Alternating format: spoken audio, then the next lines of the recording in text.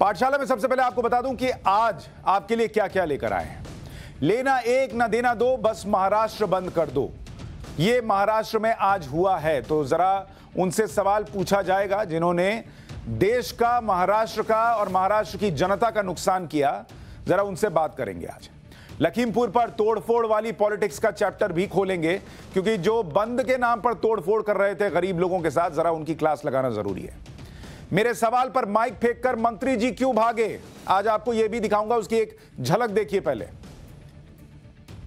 नवाब मलिक साहब, क्या राजस्थान पे प्रदर्शन करेंगे आप लोग? हमारी पार्टी वहां नहीं है। पार्टी बनेगी वो पार्टी तो सर आपकी यूपी में भी नहीं है। नहीं, कई तय करेगी ना जहां है। भाई साहब, हम कहा है वो आप सवाल ना पूछो। आपने कहा सर, इसलिए मुझे तर्क देना पड़ा। आपने कहा हमारी पार्टी वहां नहीं है। देखिए, ये छिछोरापन करने के लिए मैं नहीं आया हूं, आप मुझे क्षमा करें। सर, ये प्रश्न आपको चुभ रहे हैं मुझे लगता है। राजस्थान के किसानों पर सवाल पूछा तो मंत्री जी भाग गए। इसके अलावा इंटरव्यू में और भी बहुत ऐसा कुछ हुआ जो मंत्री जी को चुभ रहा था। और जब मंत्रियों को, नेताओं को बात चुभती है तो समझिए कि सवाल वही थे जो पब्लिक पूछना चाहती है। तो ये पूरा इंटरव्यू अभी आपको दिखाऊंगा पाठशाला में। इसके अलावा बिजली संकट के सच और भ्रम को दूर करने वाली क्लास भी लगेगी। क्या देश में ब्लैकआउट होने वाला है, बिजली जाने वाली है, कोयला नहीं बचा है, सच क्या है, भ्रम क्या है, वो आपको बताऊंगा। और आखिर में मुगल सीरीज में दिल्ली की गद्दी पर हुमायूं के 7 महीने वाली क्लास भी होगी। लेकिन सबसे पहले पाठशाला में आज की पॉलिटिकल साइंस की क्लास।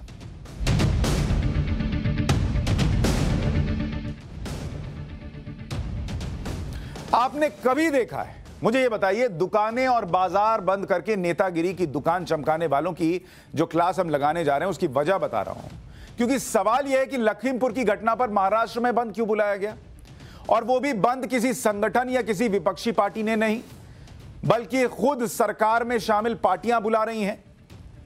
आपने पहले कभी सुना होगा कि कोई स्ट्राइक सरकार स्पॉन्सर करती है? सुना है कभी? विपक्ष करता है।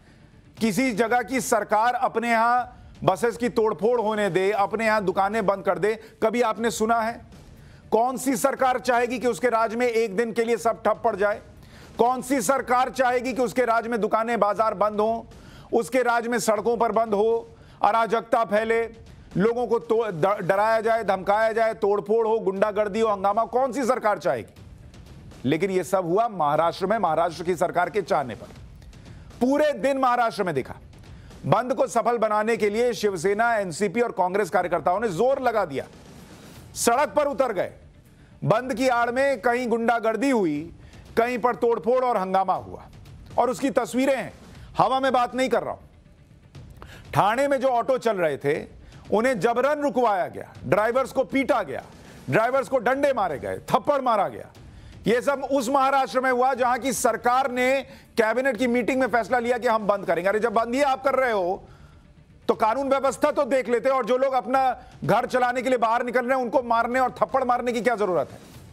महाराष्ट्र के चंद्रपुर में भी बंद के नाम पर गुंडागर्दी की गई। महाविकास आघाड़ी के समर्थक एक युवक को इसलिए पीटने लगे क्योंकि वो बंद का समर्थन नहीं कर रहा था, और फिर जो दौड़ा दौड़ी की तस्वीर आई वो आपके स्क्रीन पर। युवक को लात घूंसे मारे गए, पुलिस को बीच बचाव करना पड़ा। यह उस महाराष्ट्र में बंद है जहां की सरकार का यह कहना है कि लोग चाहते थे कि बंद हो। मलाड समेत मुंबई के अलग अलग इलाकों में बेस्ट की बसेस चलती हैं, 8 बसेस में तोड़फोड़ की गई। क्यों किया बेस्ट की बस में तोड़फोड़, बताइए जरा। बेस्ट की बसेस कौन चलाता है? बीएमसी चलाती है। बीएमसी में कौन सत्ता में? शिवसेना है। अगर बंदी करना था तो बसेस निकालते नहीं, और बसेस निकाली तो तोड़ी क्यों? ये बसेस क्या आपकी हैं? पब्लिक की बसेस हैं। और इसकी जो भरपाई होगी, ये जो शीशे बनेंगे और तोड़फोड़ हुई है, ठीक होगा? किसके पैसे से होगा? बंद की वजह से पुणे में एपीएमसी मंडी बंद कर रही, किसानों के नुकसान की परवाह नहीं की गई। वो जो लखीमपुर के किसानों की बात कर रहे हैं, उन्होंने अपने यहां मंडी बंद हो गई, आज खरीदारी नहीं हुई, उससे अपने यहां के किसानों का कितना नुकसान हुआ ये नहीं देखा। बंद कर दो, सब बंद कर दो। और किस बात के लिए बंद कर दो, जरा आपको दिखाना चाहता हूं। इनका तर्क क्या है, जरा सुनिए। इनका तर्क यह है कि यह बंद करना चाहते हैं किसके लिए? लखीमपुर की घटना के नाम पर। ठीक है, लखीमपुर की घटना का अपडेट इस वक्त क्या है? मोनू मिश्रा, जो कि मंत्री जी का बेटा है, वो मोनू मिश्रा आज की डेट में कहां है? वो पुलिस कस्टडी में है। जो आदमी पुलिस कस्टडी में है उसके लिए आप क्या बंद कर रहे हो? मुझे ये बताओ, इसको और कहां भेज दिया जाए? पुलिस कस्टडी के बाहर कोई चीज होती है क्या? एफआईआर हुई है कि नहीं हुई है? एफआईआर हो चुकी है इस मामले में। सुप्रीम कोर्ट वो अपने तरफ से संज्ञान लेकर इस मामले में पूछ चुका है कि क्या कार्रवाई हो रही है कि नहीं हो रही है।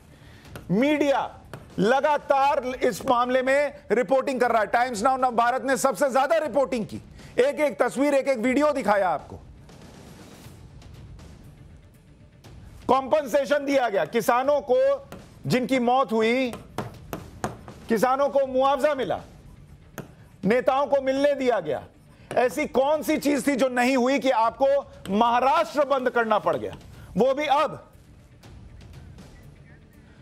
और ये जो समझौता हुआ वो किसने कराई? राकेश टिकैत ने कराया। किसानों के सबसे बड़े नेता आज के डेट में बन के घूम रहे राकेश टिकैत। और किसने कराया? राकेश टिकैत ने कराया। जब राकेश टिकैत ने करा दिया समझौता, जब वहां पर मोनू मिश्रा अरेस्ट हो गया, एफआईआर हो गई, जांच चल रही है, सुप्रीम कोर्ट हो गया, अब किस बात का बंद कर रहे हो भाई आप?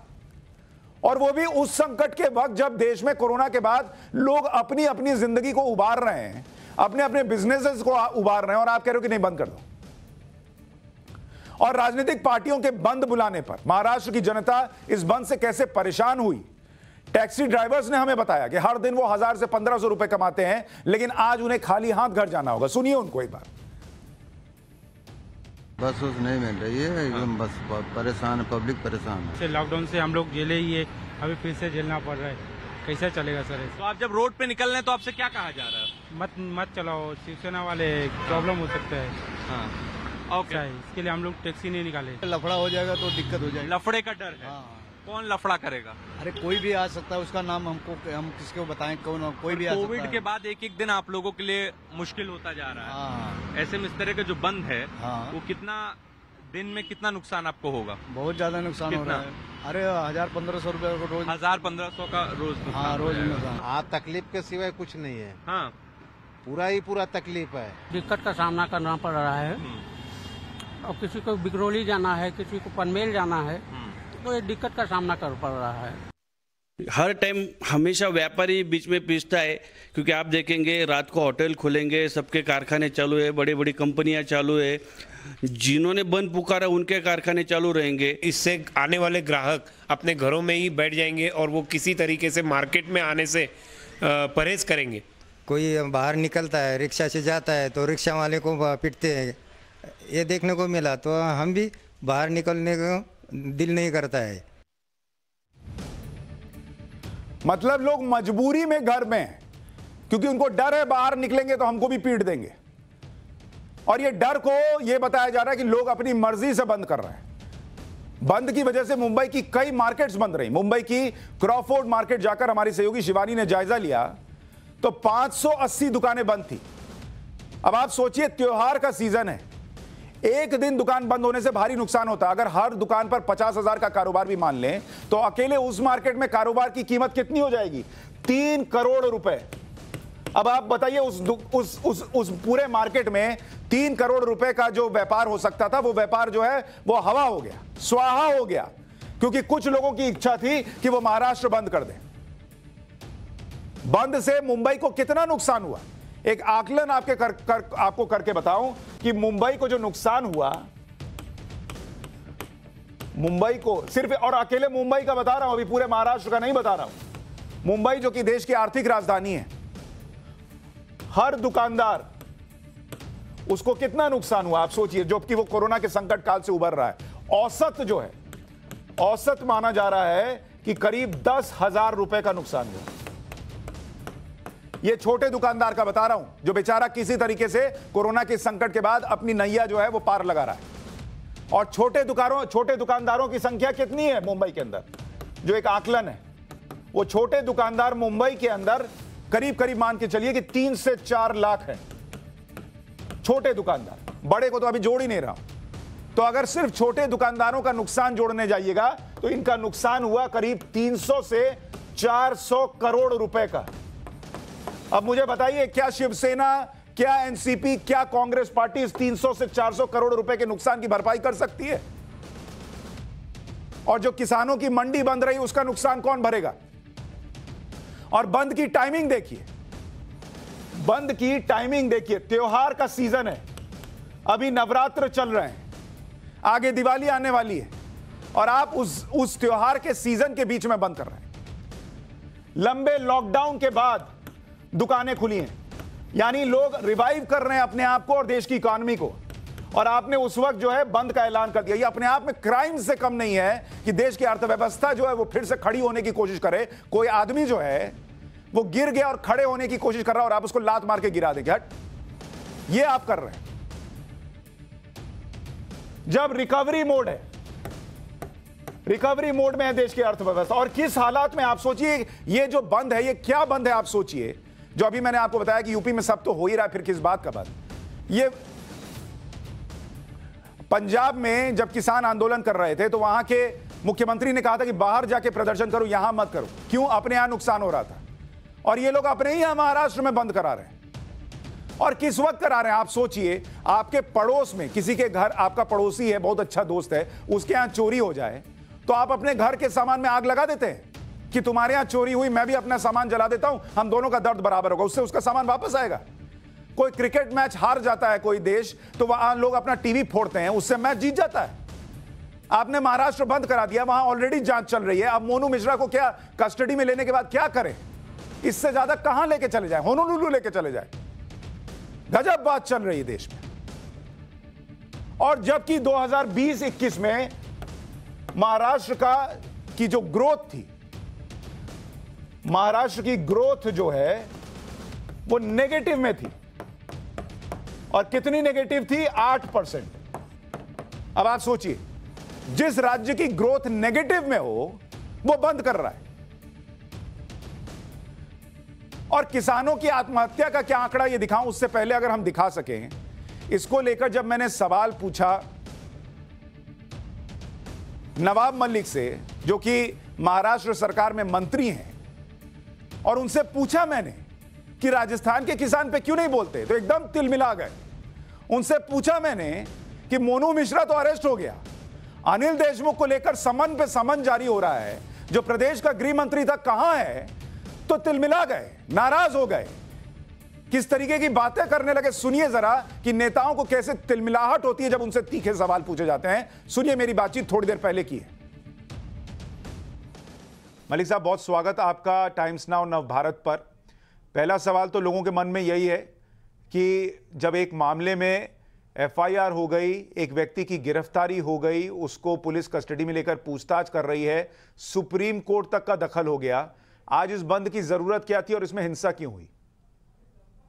देखिए, सुप्रीम कोर्ट के दखल के बाद ही गिरफ्तारी हुई। सवाल बंद का क्यों बंद बुलाया गया?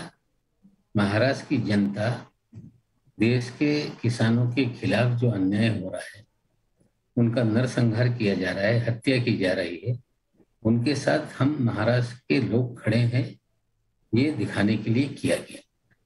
निश्चित रूप से अगर मंत्री जी का लड़का गिरफ्तार हो गया है तो मंत्री जी देश के गृह राज्य मंत्री हैं, उनके रहते हुए जांच हमें लगता है प्रभावित होगी। हम चाहते हैं कि उन्हें इस्तीफा दे देना चाहिए। अगर इस्तीफा नहीं देते हैं तो मोदी जी बर्खास्त करें।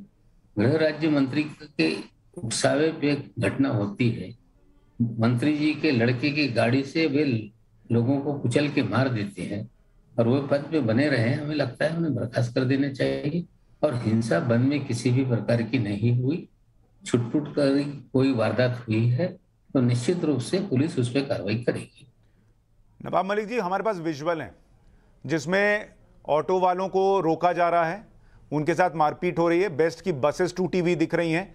क्या ये तस्वीरें झूठी हैं? हो सकता है विपक्ष के लोग भी पथराव करके आंदोलन को बदनाम करने का प्रयास कर रहे हैं। जो भी घटना हुई होगी, एक दो छुटपुट कहीं, पुलिस उन सभी घटनाओं को नजरअंदाज नहीं करेगी। उन सभी घटनाओं को लेकर पुलिस कार्रवाई करेगी। जिस बंद को लेकर आप कह रहे हैं कि लोगों का समर्थन है, हमने लोगों से बात की सर, लोग कह रहे हैं हमको जबरदस्ती काम पर जाने से रोका जा रहा है, हमको दिक्कतें आ रही हैं और परेशानी के अलावा कुछ नहीं। ये कौन सा प्रदर्शन है जिसमें लोग ही कह रहे हैं कि हम शामिल नहीं होना चाहते? सिलेक्टिव कुछ लोग हैं बोलेंगे, देश महाराष्ट्र की जनता अधिकांश बंद के समर्थन में थी। दुकानदारों के संगठन ने बंद का समर्थन किया, जो मजदूरों के बहुत सारे संगठन हैं उन्होंने समर्थन किया, राजनीतिक दलों ने समर्थन किया। अब भारतीय जनता पार्टी और एक पार्टी को छोड़कर सभी दल का समर्थन था। 100% कोई लोग किसी भी बंद के समर्थन में या आंदोलन के समर्थन में नहीं रहते। दो तरह की विचारधारा होती है। आपके यहाँ जिन लोगों ने बयान दिया, हो सकता है वो अलग विचारधारा के लोग हों। तो उन विचारधाराओं की अहमियत नहीं है सर? बहुत सारे लोग जो वहां जो तोड़फोड़ करते दिख रहे हैं, उन्होंने शिवसेना का झंडा लिया हुआ है। वो बीजेपी के लोग शिवसेना का झंडा लेके तो तोड़फोड़ नहीं कर रहे होंगे। देखिए, जो भी घटना हुई होगी उसको लेके पुलिस कार्रवाई करेगी। ये सरकार किसी भी दोषी को, चाहे वो छोटा गलत काम हो या बड़ा, किसी को माफ करने वाली सरकार नहीं। ये सरकार वो नहीं है कि मंत्री का लड़का लोगों की हत्या कर दे और उस पर मुकदमा दर्ज ना हो, उसके बाद दबाव में दर्ज किया जाए और सम्मन भेजा जाए। ये तो सुप्रीम कोर्ट ने दखल किया, इसलिए गिरफ्तारी हुई है। हम मांग करते हैं कि इस तरह के जो निर्मम हत्या की गई है, मंत्री महोदय इस्तीफा दें। पर सर इसी सरकार पर आरोप है ना, सर इसी सरकार पर आरोप है ना कि कितने दबाव के बाद अनिल देशमुख का इस्तीफा हुआ, और आज की डेट में अनिल देशमुख कहाँ है किसी को नहीं पता। वहां कम से कम मंत्री जी का लड़का अरेस्ट तो हुआ, वहां अनिल देशमुख कहाँ है किसी को पता ही नहीं है। भाई साहब देखिए, अनिल देशमुख इस देश के नागरिक हैं, उनको सभी लीगल रेमेडीज जो अवेलेबल हैं उसे एक्सप्लोर करने का उनका पूरा अधिकार है। तो ये कहे आशीष मिश्रा इस देश का नागरिक नहीं है सर? जी, आशीष मिश्रा इस देश का नागरिक नहीं है? अजय मिश्रा देश के गृह राज्य मंत्री हैं। मंत्री जी अगर पद पे बने रहेंगे, मंत्री जी के उकसावे से चीजें होंगी। आशीष मिश्रा हत्यारा है, गाड़ियां चढ़ा के लोगों को मार दे रहा है। अजीत पवार पद पे बने रहेंगे, हो सकता है अनिल देशमुख के खिलाफ जांच ना हो, अजीत पवार इस्तीफा दे दे। देखिए भाई साहब, आपका तर्क आप अपने पास रखें। मैं आपको फिर कह रहा हूं, का तर्क है सर। आप हंगामा हो रहा है वहां पर और आप उसको जस्टिफाई कर रहे हैं। हम ये पूछना चाह रहे हैं सर, कोरोना काल में जो संकट चल रहा है, आर्थिक संकट है, आप देश के एक ऐसे राज्य जहां से अर्थव्यवस्था जो है प्रभावित होती है, आर्थिक राजधानी है मुंबई, उसको आप बंद कर रहे हैं, लोगों को जबरदस्ती रोकवा रहे हैं और आप कह रहे हैं कि इस पर सवाल ना पूछा जाए। देखिए, 1.5 साल पहले जब कोविड दुनिया में फैला, जब देश में पूरी तरह से लॉकडाउन कर देना था, विदेशी यात्रियों को रोकना था, तब मोदी जी ने नमस्ते ट्रम्प के चक्कर में पूरे देश को कोविड में झोंक दिया। 3 महीने तक कंप्लीट लॉकडाउन रहा। देश की अर्थव्यवस्था चौपट करने में मोदी जी का सबसे बड़ा हाथ है। मैं आज की तारीख में पूछ रहा हूं, 1.5 साल पीछे नहीं जा रहा। मैं कह रहा हूं आज जब अर्थव्यवस्था ऊपर जा रही है, आपको इस बात से हासिल क्या हुआ? आपका तर्क आपके साथ है, हम आपके तर्क के कहां खिलाफ हैं? आपकी सोच आपके साथ है, आप अपनी सोच लेके आगे बढ़ाइए। हम ये कह रहे हैं कि मेरा एक छोटा सा प्रश्न है, इस बंद से आपने हासिल क्या किया? दुकानदारों के संगठनों ने, मजदूर संगठनों ने ये तय करके बंद को समर्थन दिया और शाम में सभी लोगों ने अपने कारोबार शुरू कर दिए। हमें लगता है कि जिस तरह का तर्क है कि नरसंहार हो, लोगों को मारा जाए और लोग आवाज या अपना विरोध प्रदर्शन ना करें, आवाज बुलंद ना करें, हमें लगता है लोकतंत्र में इस तरह के नवाब मलिक साहब बिल्कुल होना चाहिए। मैं तो आपसे यही कह रहा हूं कि बिल्कुल होना चाहिए। आपको मेरा तर्क अनिल देशमुख मामले में पसंद नहीं आया, लेकिन मैंने वो तर्क इसलिए दिया कि वो आपका पैमाना हर जगह के लिए होना चाहिए। राजस्थान में किसानों को दौड़ा दौड़ा के पीटा जा रहा है, क्या वो नवाब मलिक के लिए किसान नहीं है? राजस्थान के किसान नहीं, जो भी किसानों के खिलाफ अन्याय करेगा वो अन्याय है, उसका समर्थन कौन करता है? आपने कांग्रेस की सरकार राजस्थान में पूछा सर, एक प्रश्न पूछा, महाराष्ट्र बंद किया। मेरे भाई आपको जितने सवाल दिए जाते हैं आप पूछते रहिए, जो हमें जवाब देना हम देते रहेंगे। तो इसका मतलब आपको उन किसानों से मतलब नहीं है सर? नहीं, आपको मतलब है आपके पैसे से, चैनल चलाने से। कितना पैसा बीजेपी दे रही है सर? इसका क्या लेना देना है? इसका क्या लेना देना है? बीजेपी पैसा दे रही है नहीं दे रही है, आप आरोप लगा सकते हैं। अनिल देशमुख ने किससे पैसा लिया, इसका सवाल पूछा जा रहा है। बीजेपी का प्रचार करते हैं, आपके मालिक क्या करते हैं, ये सवाल मुझसे जवाब मत लीजिए, शायद आपकी नौकरी। सर मेरा प्रश्न आपसे ये, राजस्थान के किसानों पर आप क्यों नहीं बोलते? और आपका जवाब ये, बीजेपी क्या पैसा दे रही है चैनल्स को? रिकॉर्डेड है, आप दिखा नहीं पाएंगे, आपकी नौकरी चली जाएगी, इसलिए ज्यादा। मेरी नौकरी की चिंता ही मत कीजिए सर, मेरी नौकरी की आप चिंता मत कीजिए, मेरा घर फिर भी चल जाएगा। मैं आपसे पूछ रहा हूं उन किसानों का घर कैसे चलेगा जिनको राजस्थान में दौड़ा दौड़ा के पीट रहे हैं? हत्या की गई, कानून बनाए गए किसानों के माल के लूट करने के, इसके विरोध में हम खड़े हैं। अगर किसानों का जलियान वाला बाग की तरह निर्मम हत्या कर दी जाएगी और लोग विरोध ना करें। अगर इस तरह की किसी की सोच है तो उस सोच को हम खिलाफ हैं और उसके तो लोगों खिलाफ को हम विरोध रहेंगे। करने दीजिए सर, आप जबरदस्ती विरोध क्यों थोपते हैं उन पर, उनकी दुकानें बंद करा के? नहीं, आपको लग रहा है ये जबरदस्ती है, हमें लगता है सर कि हमारे लोगों ने कैमरे पे लोग सोच- बोल रहे हैं जबरदस्ती है, तो मैं क्या बोलूं सर? ठीक है ना, आप सिलेक्टिव रिकॉर्डिंग करके कुछ भी दिखा लीजिए। नवाब मलिक जी, इस बंद से हासिल क्या हुआ? इस बंद से देश में जिन किसानों के साथ निर्मम हत्या की गई, महाराष्ट्र की जनता, महाराष्ट्र पूरी तरह से उनके साथ खड़ा है। जो जुल्मी है उनके खिलाफ लोग लड़ सकते हैं, खड़े हो सकते हैं। ये संदेशा गया है, शायद आपको समझ में नहीं आ रहा है। ये देश भर में आज कांग्रेस के कुछ नेताओं ने मौन व्रत भी रखा था। क्या ये काम मौन व्रत रख के नहीं हो सकता था? देश की अर्थव्यवस्था को नुकसान बिना पहुंचाए, उन लोगों को जो दिहाड़ी पर काम करते हैं, रोज कमा के खाते हैं, बिना उनको नुकसान पहुंचाए, ये मैसेज नहीं जा सकता था? 3 महीने मोदी जी ने बंद रखा था, तब दिहाड़ी का सवाल आपने नहीं पूछा। हमें लगता है गरीबों का दर्द आपको है। तो इसके मोदी जी लिए ने 3 आप महीने नहीं बंद कर- रखा, इसलिए आज आपको लगा बंद करना चाहिए। वो तो कहा गया कि जान बचाने के लिए था, आज जान लेने के लिए था। देखिए, आपका ओछा तर्क है। जितने सवाल थे हमने दे दिए। आपको जिस तरह खबरें दिखानी दिखाइए, जो सवाल आपको पूछ के लोगों के जवाब रिकॉर्ड करके दिखाना दिखाइए, उसको लेके हमें कोई भी आपत्ति नहीं है। धन्यवाद। नवाब मलिक साहब, क्या राजस्थान पे प्रदर्शन करेंगे आप लोग?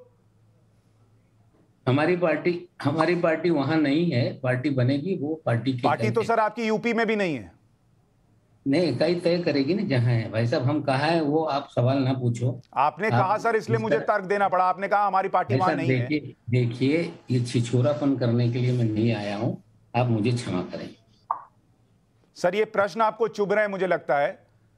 नवाब मलिक साहब, जब प्रश्न चुभने लगते हैं तो लोग इसी तरीके से माइक निकालकर भाग जाते हैं। कोई नहीं, हम इसी तरीके से प्रश्न करते रहेंगे, क्योंकि ये पाठशाला है और जिनकी क्लास लगनी चाहिए वो लगाई जाएगी। बहुत बहुत शुक्रिया नवाब मलिक साहब। मैं फिर आपके पास लौटूंगा और ये सवाल तो पूछता रहूंगा कि देश भर के लोगों के साथ कब पार्टियां खड़ी होंगी। नेता जब माइक फेंक कर जाते हैं तो समझ जाइए कि उनको सवाल सीधे इधर लग रहे हैं। राजस्थान के किसान पर क्यों प्रदर्शन नहीं करते हैं, ये इनको छिछोरा सवाल लगता है। लेकिन जिस किसानों को लेकर, प्रदर्शनकारियों को लेकर यूपी में जांच चल रही है, उसमें आपने पूरे महाराष्ट्र की अर्थव्यवस्था को नुकसान पहुंचाया, देश को नुकसान पहुंचाया, वहां गुंडागर्दी हुई, लोगों को पीटा गया, यह छिछोरापन नहीं। अनिल देशमुख, मंत्री जी का बेटा, तो यूपी में अरेस्ट हो गया। अनिल देशमुख कहां है किसी को नहीं पता। एक नहीं, 4-4, 5-5 समन जारी हो गए, गायब है, कहां है नहीं पता। वीडियो मैसेज जारी करके कहते हैं मैं, और यही नवाब मलिक कहते हैं कि अनिल देशमुख से वीडियो कॉन्फ्रेंसिंग में सवाल पूछ लो, ये तो बड़ा अच्छा होगा क्योंकि जवाब रिकॉर्ड हो जाएगा। वहां गिरफ्तारी इनको नहीं चाहिए, लेकिन यहां गिरफ्तारी होने के बाद भी गृह राज्य मंत्री का इस्तीफा चाहिए, क्योंकि वो पॉलिटिक्स को सूट करता है। और उसके लिए उन लोगों को नुकसान पहुंचाओ जो बेचारे रोज कमाकर खा रहे हैं। अरे अपनी पॉलिटिक्स कीजिए, कोई दिक्कत नहीं है, लेकिन उनको बख्श दीजिए जो बेचारे रोज कमाकर खाते हैं, उनको इससे कोई लेना देना नहीं। और अगर बात ही करनी है, महाराष्ट्र की बात कर रहे हैं, अगर बात ही करनी है महाराष्ट्र में किसानों की आत्महत्या, जिन्होंने आत्महत्या की, किसान की आत्महत्या का आंकड़ा क्या कहता है, इसको देखिए और पूछिए कि इस आत्महत्याओं के लिए कितने बार आपने महाराष्ट्र बंद देखा। यह एनसीआरबी का डेटा है। 2017 में 2426 किसानों ने आत्महत्या कर ली।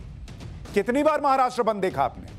2018 में 2239 किसानों ने आत्महत्या कर ली। कितनी बार महाराष्ट्र बंद देखा आपने? 2019 का आंकड़ा है, 2680 किसानों ने आत्महत्या कर ली। कितनों का आपने देखा कि उनके दर्द के साथ शामिल होने के लिए महाराष्ट्र बंद हुआ? एक आरटीआई से मिली जानकारी के मुताबिक जनवरी 2020 से लेकर नवंबर 2020, ये इसका आंकड़ा बता रहा हूं आपको, 11 महीने बनते हैं। 11 महीने में कितने किसानों ने आत्महत्या की? 2270 किसानों ने आत्महत्या की। क्या आपने कभी देखा नवाब मलिक और उनकी पार्टी को महाराष्ट्र बंद करते हुए? लेकिन उस उत्तर प्रदेश में जहां जांच चल रही है, वहां अगर हुआ है कुछ तो उसको लेकर ये महाराष्ट्र बंद करते हैं। इस समय क्या संकट है बताइए? और मुझे यह बताइए कि कहते हैं राजस्थान में हमारी पार्टी नहीं, यूपी में कौन सी एनसीपी है भाई? एक सीट नहीं आएगी आपको यूपी में। शिवसेना को आएगी क्या? उनको नहीं आएगी। लेकिन आपने प्रदेश बंद कर दिया और फिर उसके बाद क्या किया वो भी तस्वीर। महाराष्ट्र के किसानों का संकट, मराठवाड़ा में सोयाबीन कपास की फसल बर्बाद है। सितंबर की भारी बारिश में 8 जिलों को नुकसान हुआ है। कोई महाराष्ट्र बंद हुआ? इस साल की भारी बारिश से 4 लाख हेक्टेयर फसल बर्बाद हो गई। कपास, टमाटर, प्याज, केले की खेती को नुकसान हुआ। कितना महाराष्ट्र बंद देखा आपने? पिछले साल का मुआवजा भी कई किसानों को अब तक नहीं मिला है। इस बार के मुआवजे का इंतजार चल रहा है, मिलेगा तो 10 से 12 हजार, जबकि नुकसान लाखों में है। महाराष्ट्र बंद देखा आपने? लेकिन यूपी में जो हुआ उसको लेकर महाराष्ट्र बंद हो रहा है। अरे पहले अपने यहां के किसानों की फिक्र कर लो आप। और किसानों की फिक्र करनी है तो ये जो बंद में नुकसान हुआ, इस पैसे को लेते और किसानों में बांट देते। यूपी में जिनकी मौत हुई उनको ही दे देते, उनके परिवारों को दे देते। लेकिन न तो देश की अर्थव्यवस्था की चिंता, न महाराष्ट्र की चिंता, सबको मैसेज देना है क्योंकि पॉलिटिक्स करती है। खैर, पॉलिटिक्स चमकाना तो समझ में आता है, लेकिन आपके घर में जो चमक है, जो रोशनी है, वो कैसे है? वो पावर से। तो आज जरा बात उसकी भी करूंगा कि देश में कि क्या जो है कोई पावर का संकट आने वाला है। क्या चीन की तरह भारत में बिजली का संकट आ सकता है? पाठशाला में अब इसी पर क्लास।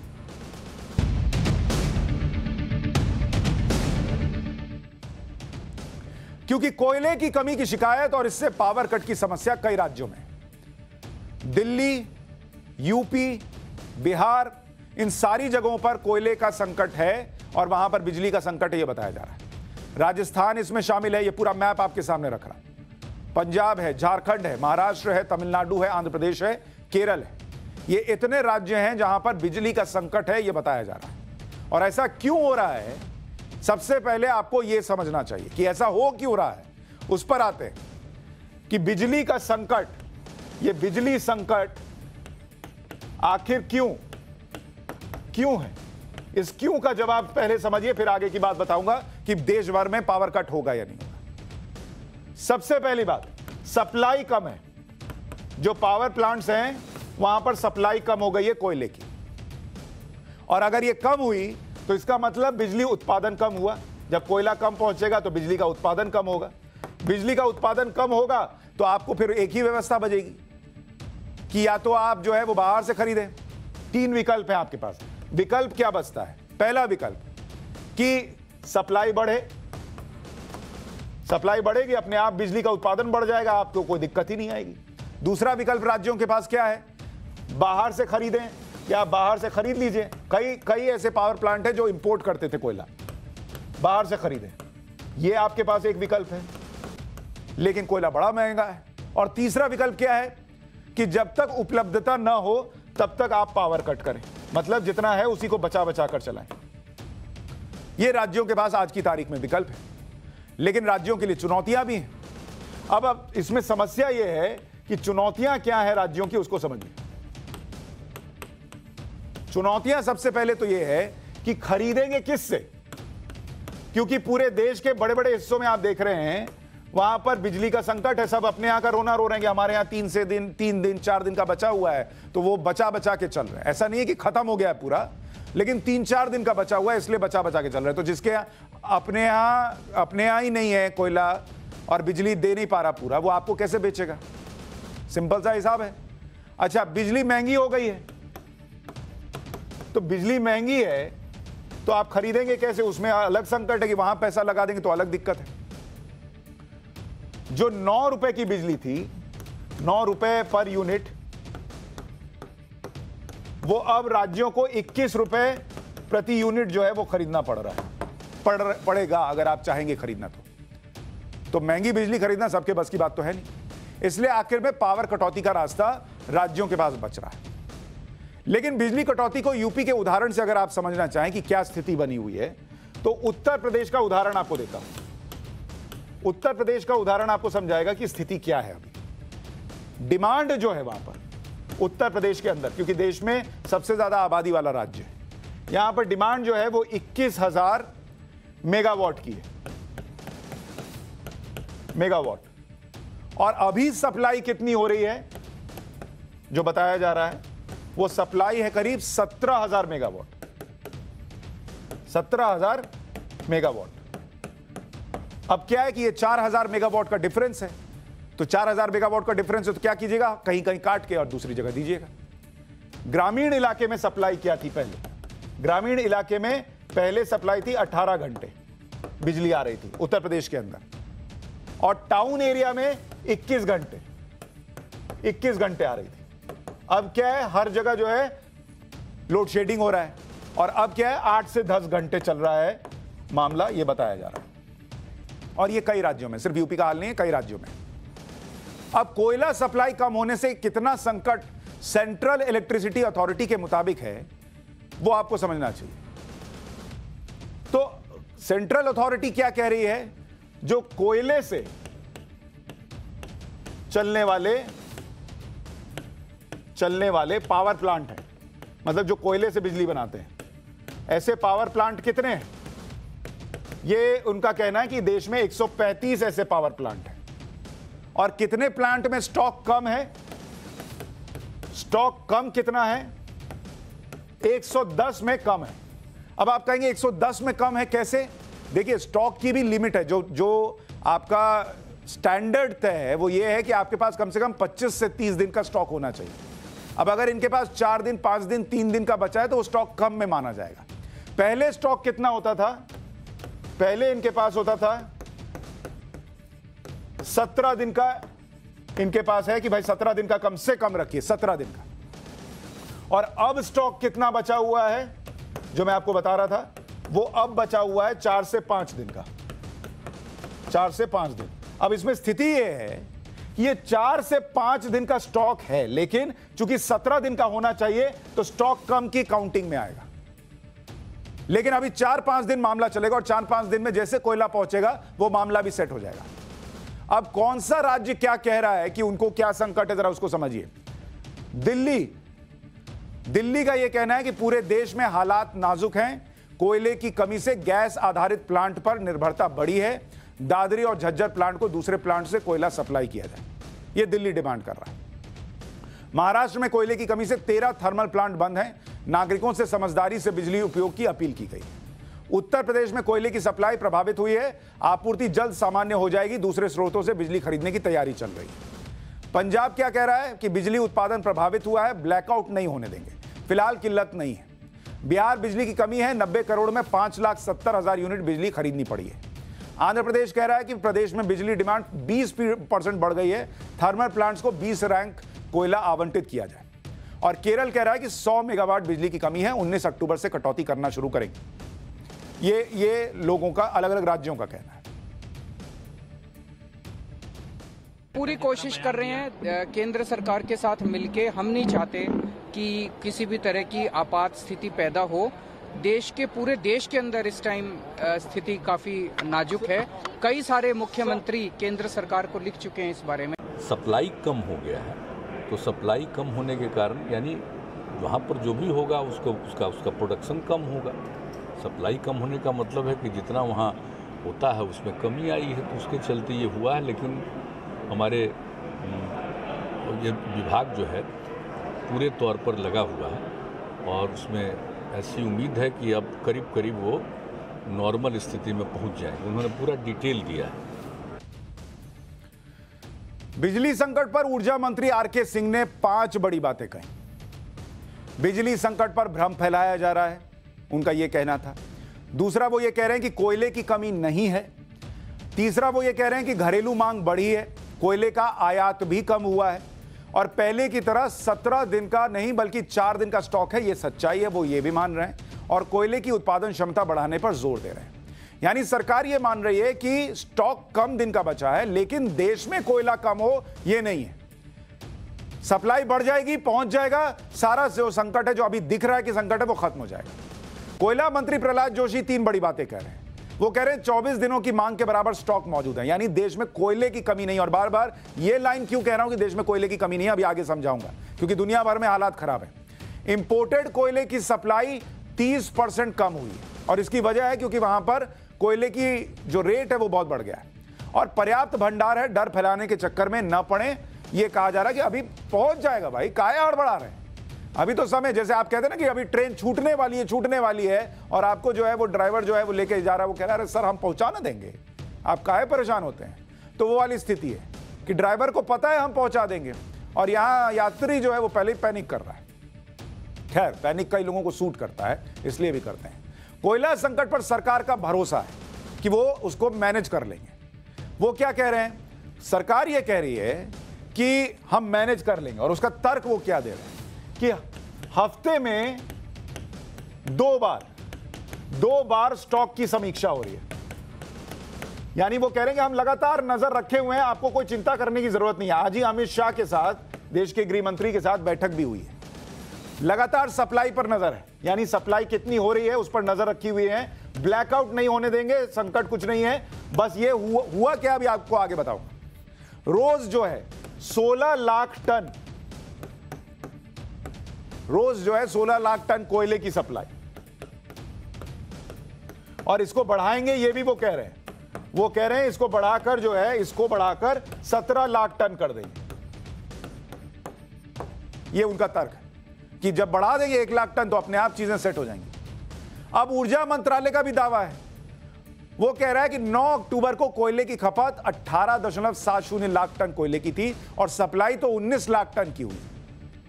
केंद्रीय ऊर्जा मंत्री आरके सिंह का दिल्ली सरकार के आरोपों पर क्या कह रहे हैं, एक बार वो सुनिए, फिर आगे की बात बताता हूं।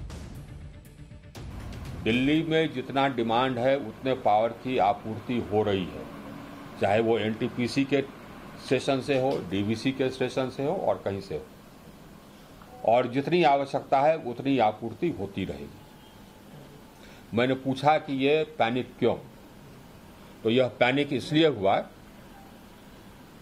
बिना आधार के, चूंकि जेल ने एक मैसेज भेज दिया दिल्ली के डिस्कॉम्स को कि बवाना के जो गैस स्टेशन है उसको वो गैस देने की कार्रवाई बंद करेगा 1 या 2 दिन बाद। वो मैसेज इसलिए भेजा क्योंकि उसका कॉन्ट्रैक्ट समाप्त हो रहा था। गेल के भी एमडी आए हुए थे, सीएमडी आए हुए थे, उनको हमने बुलाया था। उनको हमने कहा कि कॉन्ट्रैक्ट बंद हो या नहीं हो, ये प्रक्रिया है। गैस का स्टेशन है तो गैस का स्टेशन तो चलेगा, तो जितना गैस के स्टेशन को गैस की जरूरत है उतना गैस आप देंगे। आरके सिंह दिल्ली में जो इस संकट को लेकर पॉलिटिक्स हो रही है उस पर जवाब दे रहे थे। कोयला संकट की फिलहाल वजह क्या है, अब पहले ये समझिए। और इसकी पहली वजह है डिमांड बढ़ना। और ये डिमांड कैसे बढ़ी है? डिमांड ऐसे बढ़ी है कि जब कोरोना का संकट कम हुआ और अनलॉक हुआ तो हर जगह लोगों को लगा कि हमें बिजनेस रिवाइव करना है। बिजनेस रिवाइव करना है तो प्रोडक्शन बढ़ाना होगा, आपको मेहनत ज्यादा करनी होगी, 24 घंटे काम करना होगा। फैक्ट्रीज चलने लग गई, पहले से ज्यादा चलने लग गई, क्योंकि जो बंद हुआ था उसकी रिकवरी करनी थी। तो जब ज्यादा काम हुआ तो खपत बढ़ गई। खपत बढ़ गई मतलब डिमांड बढ़ गई, और इसलिए जो है बिजली संकट जो है वो राज्यों को अब ज्यादा बिजली की जरूरत पड़ी। अगस्त और सितंबर के महीने में खपत जो है वो खपत 17% बढ़ी, 17% बढ़ गई। अब आप सोचिए कि कितनी खपत बढ़ गई। लेकिन अब इसमें एक दूसरी वजह है, ग्लोबल प्राइस जो है वो भयंकर बढ़ गया। और कितना बढ़ा? करीब 40% का उसमें इजाफा हो गया। अब कौन खरीदे ग्लोबल प्राइस अगर 40% बढ़ गया है? आयात घट गया, बाहर से नहीं मंगा रहे हैं। आयात कितना घटा? आयात घट गया 30% घट गया, नीचे डाउन। अब आप सोचिए कि 30% कोयला जो अलग अलग पावर प्लांट्स मंगाते थे और इस्तेमाल करते थे बाहर से, उन्होंने बाहर से मंगाना बंद कर दिया। तो 30% आयात तो घट गया, लेकिन 30% की डिमांड तो बढ़ गई ना। इतनी डिमांड जो वो बाहर से मंगा रहे थे, अब उनको जरूरत तो है ही देने के लिए। बाहर से मंगाया नहीं तो स्टॉक गिर गया। स्टॉक गिरा तो इधर प्रेशर आ गया कि भैया हमको दो, मेरे पास नहीं है, नहीं दोगे तो हम काटेंगे बिजली। उनको भी पता है काटेंगे बिजली तो लोग हाय तौबा करेंगे, पॉलिटिकल हंगामा होगा, तो उधर से वो कोयला आना ही आना है। लेकिन आपने तो हाथ खड़े किए ना, वो भी तो समझिए। तीसरी समस्या बनी बारिश। और वो बारिश कैसे बनी क्योंकि इस बार सितंबर के महीने में भी बारिश हुई, घरेलू उत्पादन प्रभावित हुआ। पश्चिम बंगाल, झारखंड, ओडिशा की कई खदानों में पानी भर गया, काम बंद करना पड़ा। लोग अपनी जान जोखिम में डाल के तो निकालेंगे नहीं कोयला, तो उस वक्त प्रोडक्शन कम हुआ, उसकी वजह से दिक्कत आई। तो ये मेजर रीजंस हैं। और भारत जो है वो कोयला भंडार के मामले में 5वां बड़ा देश है। दुनिया का 9.5% कोयला उत्पादन चीन के बाद दूसरा नंबर यही भारत का है। दुनिया का 10% उत्पादन कोयला आयात में चीन के बाद दूसरा नंबर भारत का है। दुनिया का 16% कोयला आयात कोयले की खपत में चीन के बाद दूसरा नंबर भारत का है। चीन में 50% खपत है, भारत में 11% खपत है। और कोयले की खपत कहां कहां है? बिजली बनाने में 70% खर्च होता है, स्टील इंडस्ट्री में 7% और सीमेंट इंडस्ट्री में 1%। और उत्पादन कहां है? इसमें झारखंड है, ओडिशा है, छत्तीसगढ़ है, जहां से 70% कोयला रिजर्व है। और कोयले का उत्पादन करता कौन है? 675 मीट्रिक टन सालाना, जो 84% उत्पादन है, वो कोल इंडिया करती है, जो कि दुनिया की सबसे बड़ी कोयला खनन कंपनी। अब बड़ा कारण क्या है? हम कोयले से बनने वाली बिजली पर निर्भर हो गए। और कोयले से जो बिजली बनती है, कोयले पर हमारी निर्भरता देखिए, 65% बिजली जो है वो हम कोयले से इस्तेमाल कर रहे हैं, जो कोयले से निकल रही है। हाइड्रो पावर जो है, हाइड्रो पावर, उस पर हमारी निर्भरता बिजली के लिहाज से अगर कहिएगा तो 14% है। और रिन्यूएबल सोर्स जो होता है, रिन्यूएबल सोर्स, इस पर आपकी जो निर्भरता है जिससे आपको बिजली मिलती है, वो करीब मिलती है 11%। गैस से आप बिजली उत्पन्न करते हैं 4%, जबकि अगर आप यूएस और यूके की बात कीजिएगा वहां गैस से ज्यादा है। और जिस न्यूक्लियर प्लांट की बात करते हैं, जिसका इस्तेमाल बिजली के लिए होता है, जिसके लिए इतना हंगामा हुआ था अमेरिका से डील को लेकर, वहां से हमारी बिजली कितनी आती है? 1.8%। तो आप देखिए 65% जिस पर निर्भरता होगी, उसको लेकर हंगामा तो होगा ही। और इसको कम करना होगा। भारत में कितना है? 65%। चीन में कितना है? इतना ही है, 65% है। वो भी कोयले पे बहुत निर्भर है, इसलिए चीन में अभी जो है मोमबत्ती जला के लोग काम कर रहे हैं। वहां इससे बड़ा संकट है, ब्लैकआउट हुआ है बड़े बड़े शहरों में। अमेरिका, यूएस जो है वो कितना है? कोयले पर निर्भर है, 19%। यूके कितना है? 2%। इसलिए इनको ज्यादा फर्क नहीं पड़ता कोयला कम भी हो जाए तो। यूके में 41% गैस है, गैस से बिजली बना लेते हैं। यूएस में 40% गैस पर है। तो आप सोचिए कितना फर्क पड़ता है। और दुनिया भर में ये हुआ है। ये जो चीज आप समस्या देख रहे हैं, ये समस्या खाली अकेले की हमारी की नहीं है।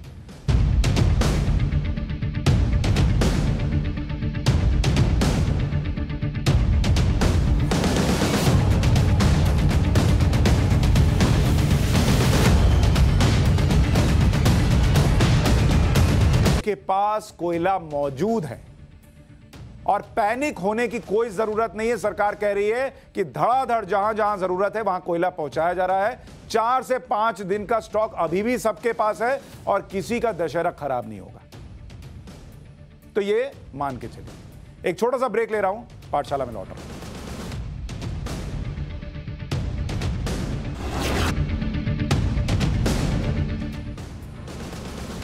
और अब पाठशाला में हिस्ट्री की क्लास। पिछले हफ्ते हमने आपको बाबर के बेटे हुमायूं के बारे में बताया था कि कैसे हिंदुस्तान से हारकर भागने के बाद हुमायूं ने वापसी की थी, कैसे अफगानों को हराकर साल 1555 में हुमायूं दिल्ली की गद्दी पर बैठा। और इस बार सत्ता चलाने का हुमायूं का तरीका अलग हो गया था। इतना धोखा खा चुका था अपने भाइयों से, दूसरों से, कि उसको समझ आ गई थी, कहते ना कि गलतियों से आदमी सीखता है, तो हुमायूं ने भी सीखा।